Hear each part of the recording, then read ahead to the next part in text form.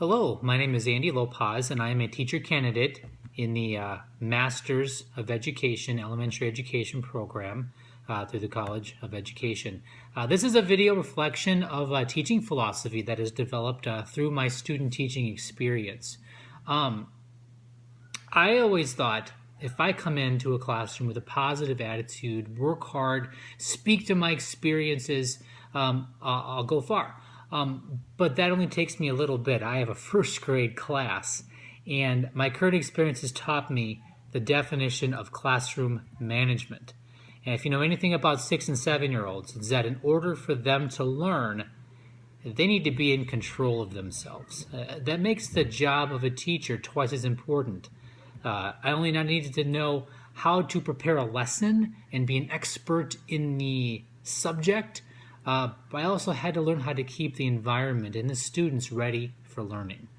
So my philosophy about teaching is expanded to include a significant importance of the development and managing of expectations with students in class as a whole. I've seen firsthand how it can go really well for a teacher, and I've seen how it could not go so well.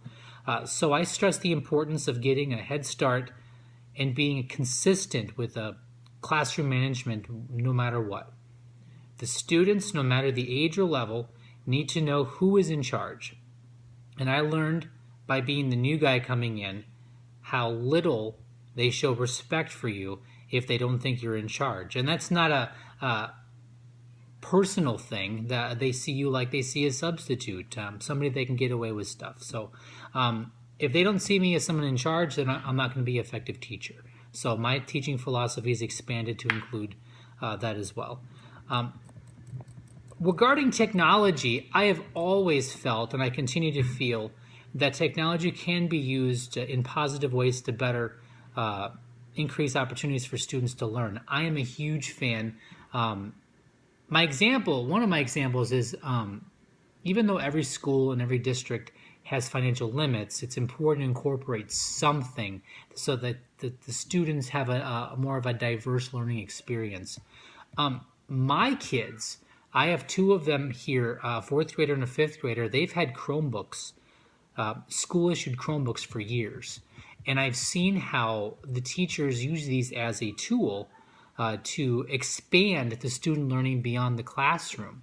My kids come home now, and instead of, oh, I have to do homework, they want to do homework because it's on their Chromebooks. And there is a transparency between parent and teacher through these Chromebooks and through the technology and the communication that comes with it. So I've seen it work brilliantly in that way. In my current classroom in student teaching, there are iPads available, and students use them at their math and reading centers. So for example, during a math center, a student can jump on and play some math games, and that helps diversify his morning. That already includes a large group lesson, small group lesson, and possibly this could be a student that also has an intervention specialist, maybe an EL student. So it's huge to give that balance using something that the students are very drawn to anyway. For the ideal setup for me, I would love to incorporate the use of internet technology in my large group lessons so I could better differentiate them. I don't want my voice to be the only one that my students hear during a lesson. I've seen my kids tune me out. I've seen my students tune me out. So I love including short videos and other online resources that complement my teaching. Plus, in older elementary students, what I've seen is it allows me the opportunity to simply share the content with them and say, see, this is where I found my information. And then they can go explore more about the topics we're discussing on their own. I'm empowering them to do so, and I'm doing that through the sharing of that technology. Now, as a Christian, I'm going into these public schools, and I am trying to be the light of Christ. And that's not by talking or saying anything specifically, but by simply being a positive role model. Now, I am in a unique situation where I am a male teaching authority, and I understand that that's important, especially for our young male students who maybe not have a role model of a male sort at home. So for me, I'm trying extra hard to be very supportive, very positive. One of my big teaching philosophies is to build on positive experiences, positive learning. A student could be struggling in math, for example, but if I see that they were starting to do the problem the right way, maybe they showed their work and they just didn't add it right, I could say, see, here's what you did right. Here's what we could do to make it even better. I believe in building on positivity to increase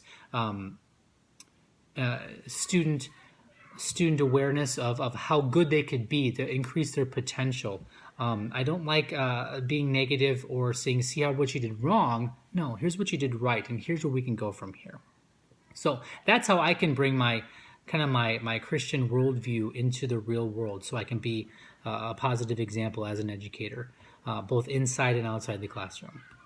Well, that is my video. Thank you very much. Again, my name is Andy Lopahs, and God bless.